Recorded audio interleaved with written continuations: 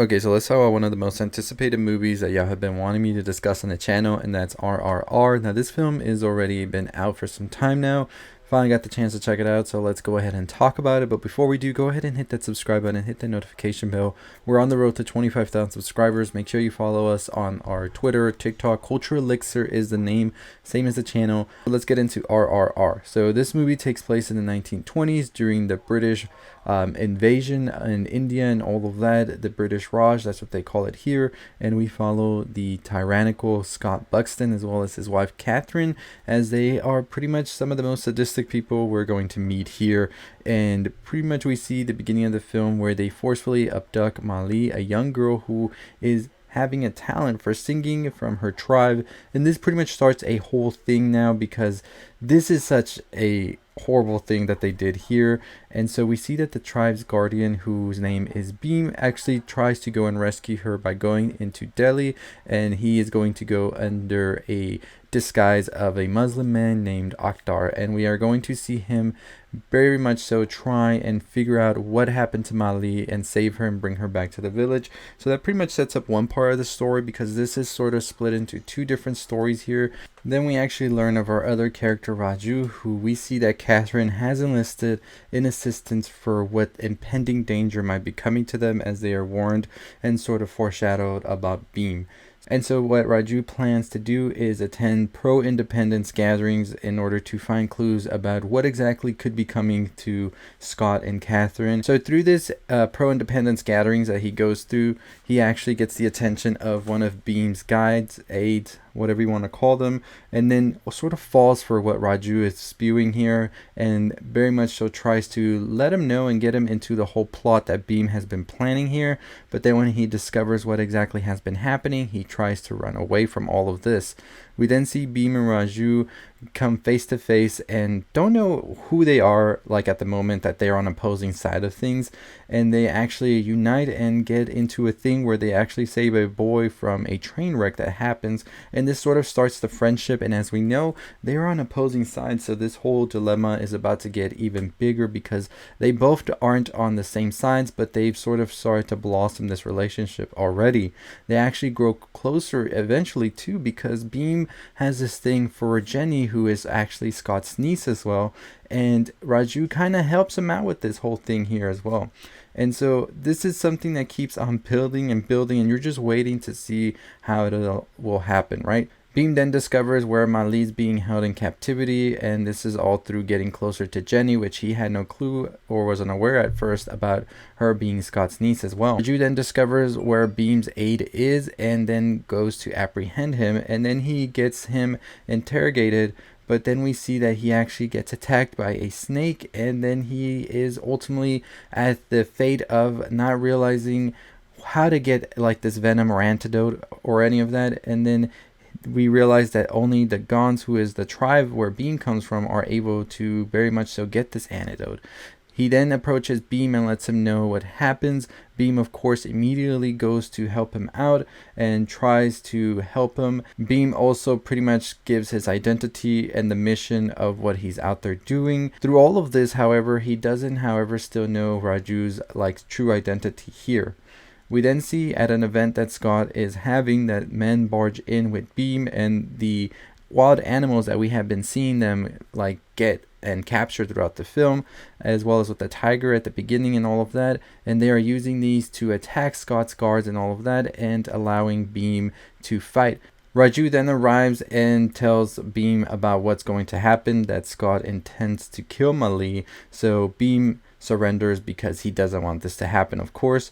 We then see Raju be promoted because he stopped Bheem, and he is still not really happy or where he thought he would be, because the guilt that comes with it, because of everything that he has done to sort of push other people in favor for the British. And this sort of starts to get to him, because he also had this pro-nationalistic thing going on with him, and he was sort of a mole in the police, and he was just trying to get up enough in order to infiltrate all of that. And so it was kind of like Bheem was never somebody he wanted to take down, because that's somebody he wanted to basically fight with at the same time.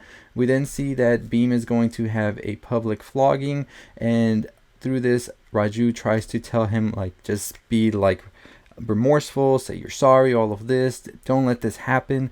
Bheem, of course, is in defiance and says that he will not, and he continues singing. As we get into this flogging, the crowd starts to revel, and this is sort of more for Raju to realize that what is he doing? He sees the people here are trying to get out of the British rule and all, and he's still there aiding and sort of still undercover, but when is the right time for him to come out is the big thing for sure. So we then see that he is going to save his friend, and he is going to get Bheem out of all of this. He actually convinces Scott to not execute Bheem just yet and actually do it in front of Mali. And then we see that Scott realizes what's happening here, and while he is trying to save Mali, of course, Raju, we see that Bheem doesn't manage to see this, and he actually manages to free himself as all of this stuff is going on with Raju, Scott, and the men. But he believes Raju is trying to kill Mali, but of course he wasn't, and he actually bludgeons him, and then we see him escape.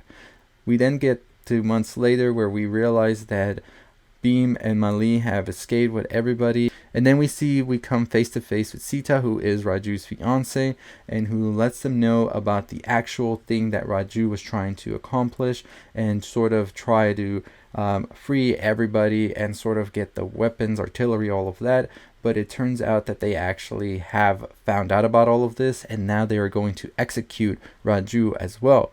Upon knowing this, Bheem vows to save him just as Raju had saved him and Mali as well. They infiltrate where they have Raju and free him, and then they get into this big fight, and we ultimately see them take a longbow from the Ram Shrine, and they take the fight up to Scott.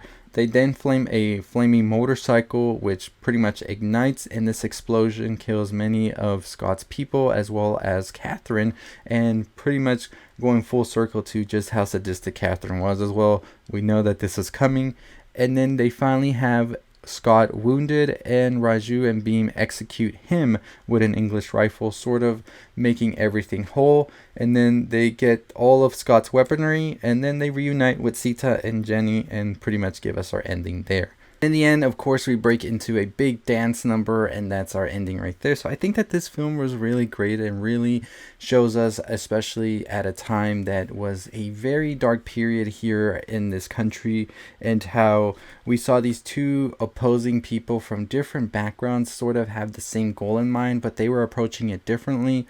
But by the end of it, we see that Raju and Bheem are sort of able to find the common ground, and I think it shows how you can sort of get lost in the sauce with things, because at the end of the day they both had their own agendas, but their goal at the end was the same, and they were just approaching it differently. But when they were able to come together, they were able to take down the colonizers, which were the British here, and eventually have more of a freedom for their people, all of that. So a great film for that. And I think it was great seeing these action scenes that were so jam-packed and felt way bigger, and this is definitely a film that would have been amazing to see on the big screen. And I wasn't sure about it when it first came out because I didn't know what it was, and then when I found out what it wasn't playing in theaters anymore, so that was kind of a letdown right there, that I didn't get to experience this on the big screen.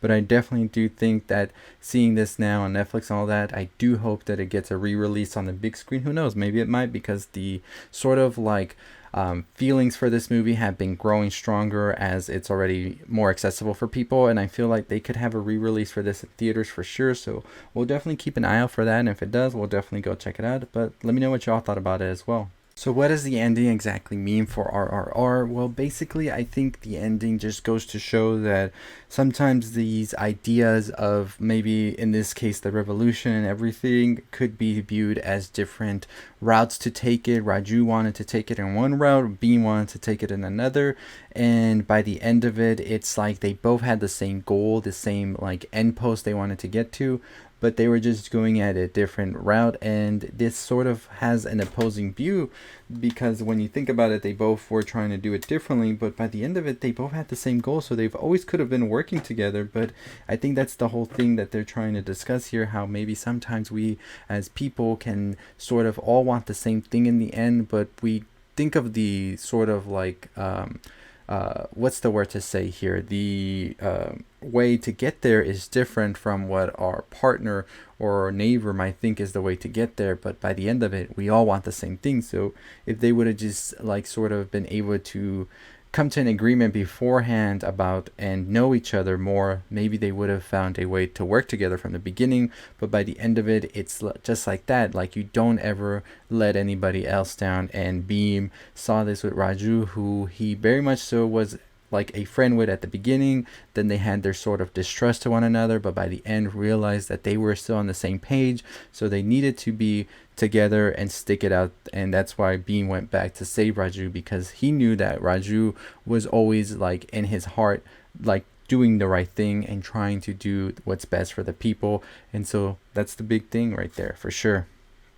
We could definitely talk more about it in another video I plan to do probably in the coming week, talking more about the symbolism of things here and there, and more about the real life true events of this as well. But overall, a film, an epic to definitely check out. Let me know your thoughts and opinions on it down below if you've watched it already. What did you think about it, the twists and the turns about this film? It was definitely great, especially at the end, to see Raju and Bheem, and very much so see Raju back to his true self and not really what the British wanted him to be, and just really like taking that with pride, and just a beautiful ending for sure. So let me know your thoughts and opinions on that. But I will be doing more videos on all the stuff you love, so make sure you comment it down below. Make sure you subscribe. We're trying to reach 25,000 subscribers. If you haven't already, hit that subscribe, hit it right now. Make sure you hit that notification, and as always, I'll see all of you next time. We have our podcast dropping today, so stay tuned for that. And as always, stay safe, stay positive, my friends.